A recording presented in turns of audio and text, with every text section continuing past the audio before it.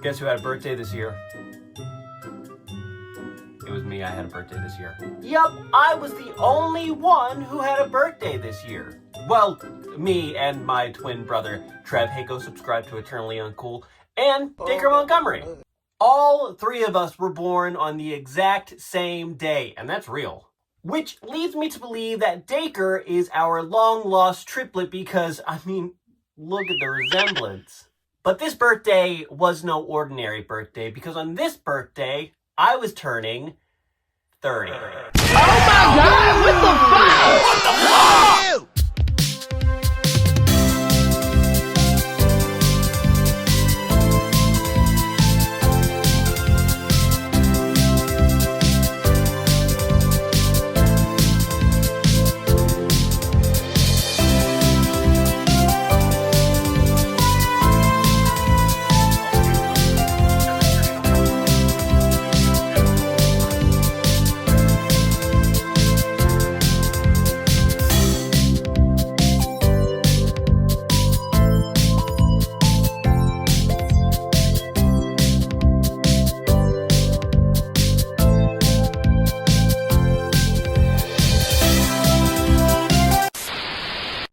You know, there aren't a lot of movies about turning 30, except for 13 Going on 30, Tick Tick Boom, Scream 3, P.S. I Love You, Promising Young Woman. You know what? Maybe I'm wrong. You know what? I actually concede. But the movie we're talking about today is a truly relatable flick about turning 30 called Dirty 30.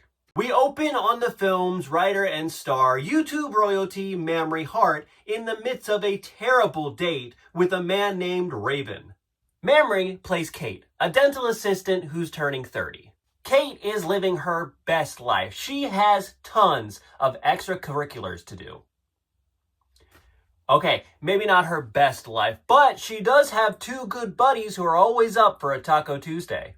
Her friends are played by her real-life friends and fellow YouTube mainstays, Grace Helbig and Hannah Hart. No relation, don't worry, I thought so too. After reading a letter her teenage self wrote to her 30-year-old self, Kate realizes that maybe she's not necessarily where she wants to be at this point in her life. And hey, whom amongst us hasn't felt that? I'm doing okay, I promise.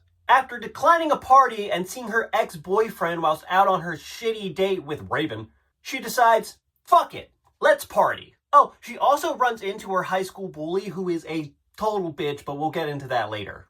Grace's character Evie plans the whole party and throws it in her in-laws' mansion. Evie is in a shitty marriage to douchebag Prime. He skis and shit. So she totally, definitely tricks them convincingly, leaving her at the house alone. But not for long. It's a horror movie now, apparently. 'Cause, oh no! Her in-law's neighbor kid walks into the house unannounced and sees her planning a party. So, to keep him quiet, she invites him to the party, because that's what adults should do with kids, coercion. The party is way bigger than Kate expected, and it is filled with YouTuber cameos. Unlike Camp Dakota, the crew's first movie in this yet-to-be-completed trilogy, where the YouTuber cameos were relegated to Sawyer Hartman and Chester C., this movie has Chester C., Epic Lloyd, Flula Borg, Rhett and Link, and Drew Monson being utilized and directed so much better than he was in Not Cool. But we're not going to talk about that. Cool? Cool. Also at the party is a guy named Dan. Dan is Kate's patient at the dentist store. Dan isn't Kate's dentist. Dan is Kate's patient at the dentist store, and Kate has a big crush on him. So that means Kate has already been all up in his mouth. Ew! Gross! Stop it! Hannah's character is called Charlie. She's a lesbian. Obviously. Her storyline pretty much consists of her chiding Drew Monson for getting the t-shirts wrong, doing over-the-top party challenges, and telling her fiancé not to let anyone know that she's her fiancé. In a very loving way. This is your usual house party movie, albeit filled with more YouTubers and millennial humor. There's drinking, and drinking competitions, and push-up competitions, and dancing, and betrayal? Kate is cozying up to Dan, sharing their love of White Russians because who doesn't love booze and milk? That is until her high school bully shows up to fuck with the mood of the party. The bully is named Ashley because, of course, it is. And she is played by another YouTuber named Anna Akana. I really hope I said that right. I do not know.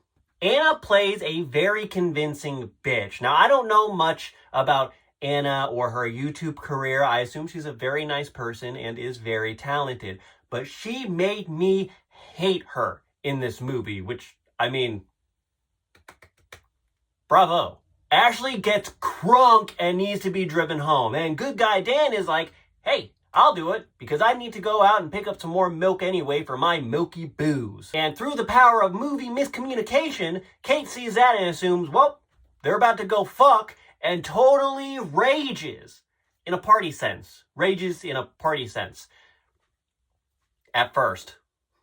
Kate and Evie and Charlie go to Ashley's house because everyone knows everyone's addresses in movies and TP her place. That's not that bad.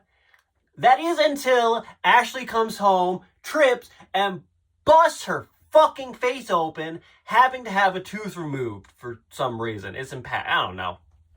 The girls begrudgingly help their adolescent tormentor, and this is when they are arrested. Assumedly for trespassing and possibly assault? Oh, they're arrested by Timothy Chanarangsu. And they're arrested by Timothy Chanarangsu. And they're arrested by Timothy... Fuck me. And they're arrested by Tim Chanarangsu, another YouTuber. The girls spend the night in jail. Evie reveals that she hates her husband. Charlie reveals that she's engaged and gay, but they already knew that. And Kate reveals that she's fine. She's no longer upset about her station in life. She's happy. She's content. And that's what it's all about. There's a really great scene before they TP Ashley's house where Kate calls her ex and they talk about, why wasn't it me? And all those unresolved feelings, mostly on Kate's end. It's done really well and performed really well. It's really relatable in the sense that we all wonder what could have been if life went left instead of right. If it went that way instead of this way. It's a scene that gives Kate some closure and adds to her character's growth. The next morning, the girls are sprung from the clink. Charlie is picked up by her fiancé.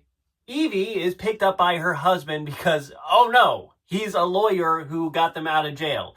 But still, she's like, I dump your ass, and hitches a ride with her friends to Divorce Town. And Kate is picked up by Dan, who reveals that he wasn't gonna bone down on Ashley. He just wanted to make sure her drunk ass got home safe, and he wanted to grab some milk for his gross ass beverage. Oh, and Kate's boss hooks up with her ex, Raven, and they fuck in a bathtub. It's not really important to the story, but I just thought I'd mention it. This movie is noticeably different from Camp Dakota, not just because of the YouTuber cameos, but where Camp Dakota has more quiet moments of contemplation for Grace Helbig, this movie is obviously a house party movie, so it's a lot bolder with its humor. It's a little sillier, and maybe all the jokes don't land, but it's still pretty rewatchable. In terms of relatability, there's some. Like I said, I just celebrated my 30th birthday this year, and I'd be lying to you if I said I didn't have any thoughts of, did I achieve anything? Did I do well? Am I where I should be in life? And the answer is, yeah. I got to celebrate my 30th birthday in a house that I bought with my money, with a partner who I dedicated 10 years to, who I'm gonna marry. I have a cool office that I get to do nerdy shit in. I was in a movie that's something that I dreamed about since I was a little kid. Things are good. I'm 30, and I'm okay with that. Dirty 30 is a relatable watch about turning 30 and coping with that fact. It's about letting go of the past and how you pictured your future being in the past. If I was going to be deep about it, I'd say it's about change, growth, acceptance of oneself. If I was going to be real about it, I'd say it's the middle installment of a trilogy that desperately needs to be finished. Come on, Hannah Hart needs to be the main character. She needs to experience growth too. Come on, ladies, please.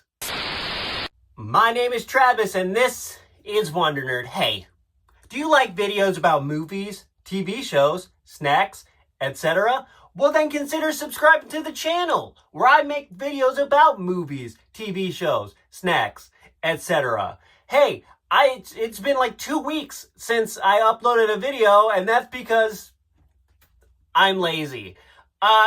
No, like I said, trying to fit YouTube back into my regular life schedule is a little difficult at the moment, but I'm figuring it out.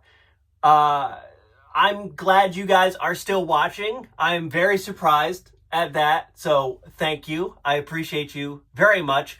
I'm trying to get to 1,000 followers at some point.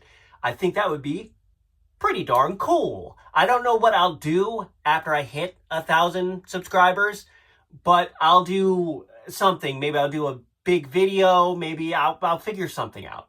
But if you like what you see on this channel, share it to people that you know who you think might enjoy videos about movies, TV shows, snacks, and etc.